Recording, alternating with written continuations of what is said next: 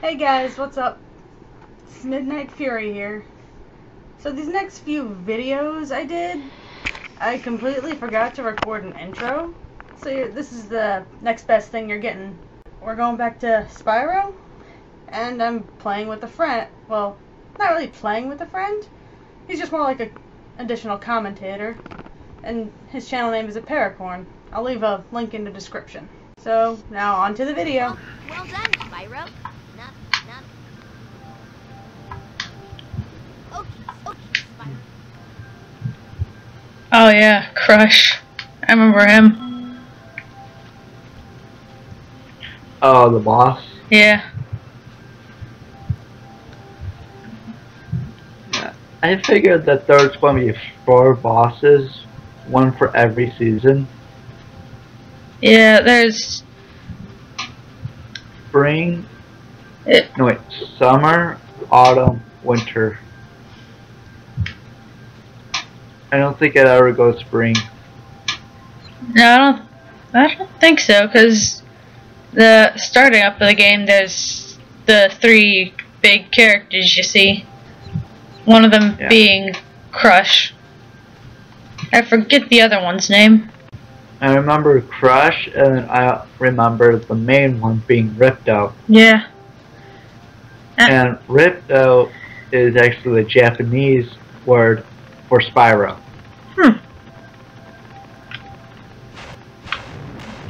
Yeah, wrap your head around that real quick. So if Ripto equals Spyro, then I'm guessing Spyro equals Ripto. So technically, you're Ripto, and you're trying to kill Spyro. I saw something.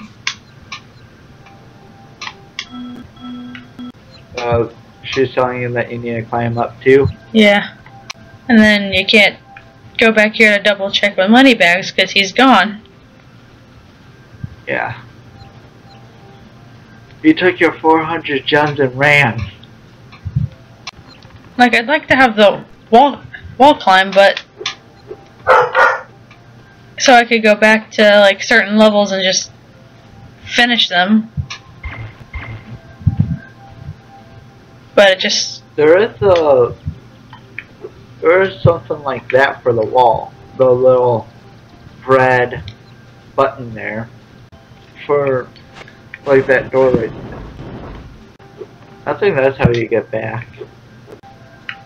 No, that's going to Crush. Nice works, Spyro.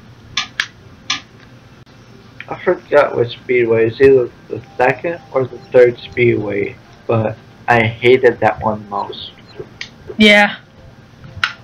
Because of the rings that you have to try and get.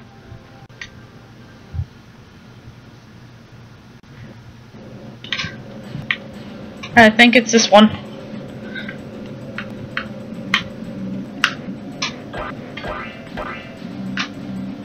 Now that's going to be difficult on your 4 frames a second. Yeah. Unless you already got used to the low frame rate. I'm just still not used to the whole up and down thing. How up down is up and up is down. Yeah. But like with this one, No, crashed. Exactly 18 seconds. when I first did this one, it's like I learned just to go after one at a time. Yeah. Instead of like going all willy-nilly after all of them. Because they place it in such a way where you can just... Yeah, they placed it in a way to where it will be easier on you to go this way. Yeah. It'll follow this pattern. It'll be the rings first, and then either archway, lighthouse, or something being next. And then it'll have to do with something about the track for the 3rd. So whatever they decide to use as the last part. Nope. Yeah, I think. So it's rings, arches, boats, then cars.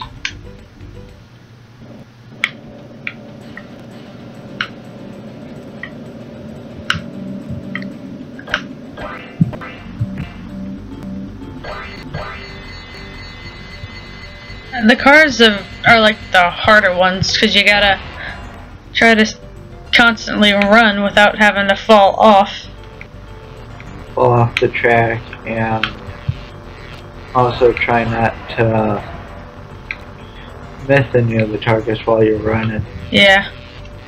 Otherwise, it would take you too much time. Yeah. Like this was another one you have to learn like where they're at as you go along.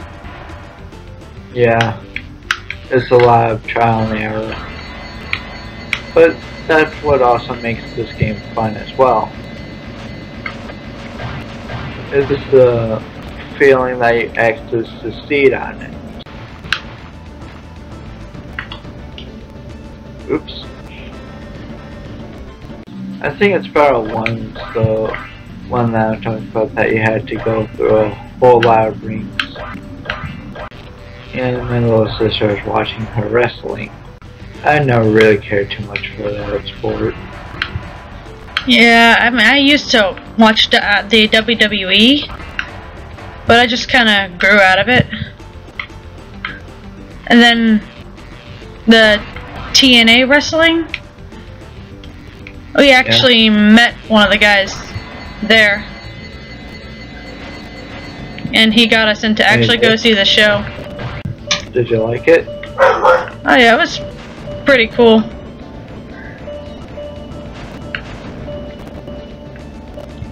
Yeah, I never really liked the sport of wrestling.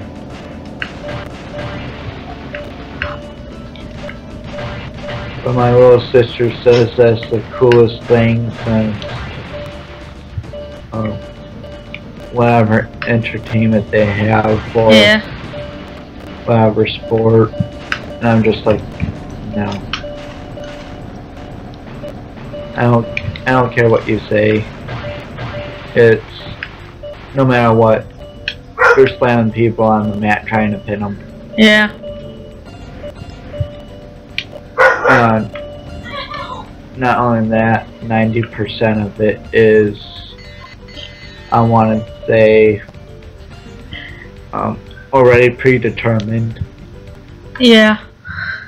So they'll tell you right before the match, it's like, hey, you're going to win this match this way. Yeah. Have fun. Yeah.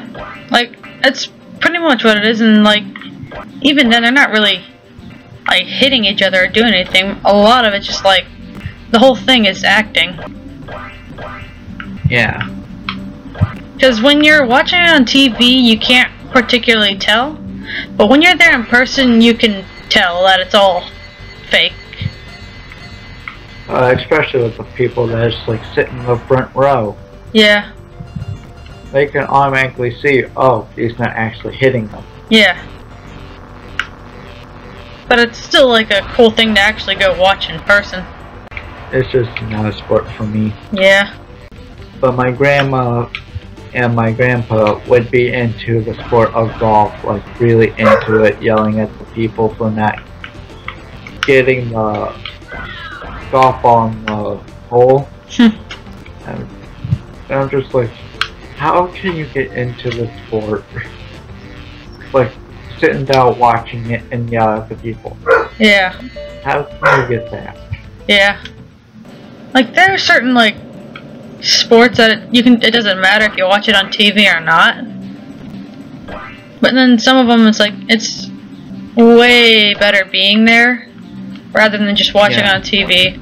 Like, NASCAR, I actually went to the Daytona Speedway and watched the cars actually go on the track.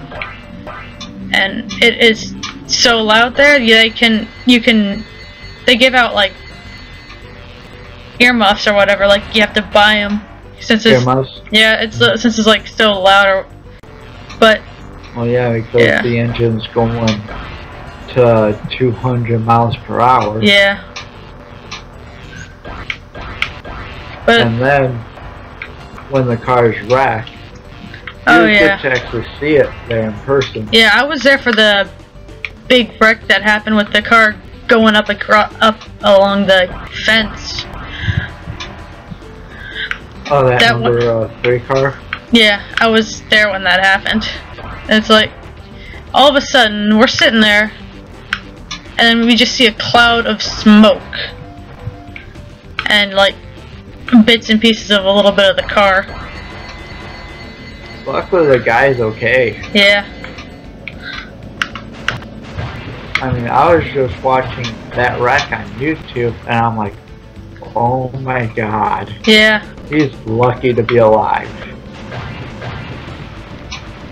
Because And with having a car going up to the fence like that, it hit the people on the actual top row. Like, pieces of the car hit the people on the top row. yeah. Are those people okay? They had to, like, take a bunch of people out to the hospital because of that. Because the tire went through, because the whole fence around it has little gates that you can go through to go, they put stairs up to so that you can go to the middle. And Yeah. one of the tires went through that gate opening and they completely closed that one up. And it went flying and hit the people like on the, like in the very, like a top row. Oh. Yeah. At least you were at that part of the track. Yeah, I was at the start of, like, near the start of it where, when the car, like, hit something and started to go off. Oh. Yeah, when I seen it, it was some person on the phone recorded it. And they just panned it. And you seen the car going up to the fence. Yeah. And I'm just like, that must be the scariest thing being there for. Yeah.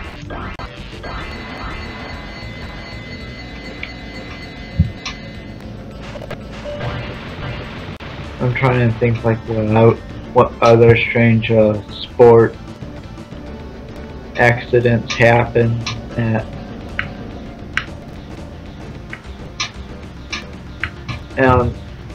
What's the number 3 car? That used to be Dale Earnhardt's number. Not Earnhardt Jr. but His Senior. car, yeah, I know Dale Earnhardt Jr.'s was number 8, but he's 88 now. Yeah. Dale Earnhardt Sr. used to be number 3, but he died in a wreck that involved his car going up onto just the fence. The front end hit the fence of it, and that was it. He had a couple broken ribs, and that unfortunately ended his life. Yeah.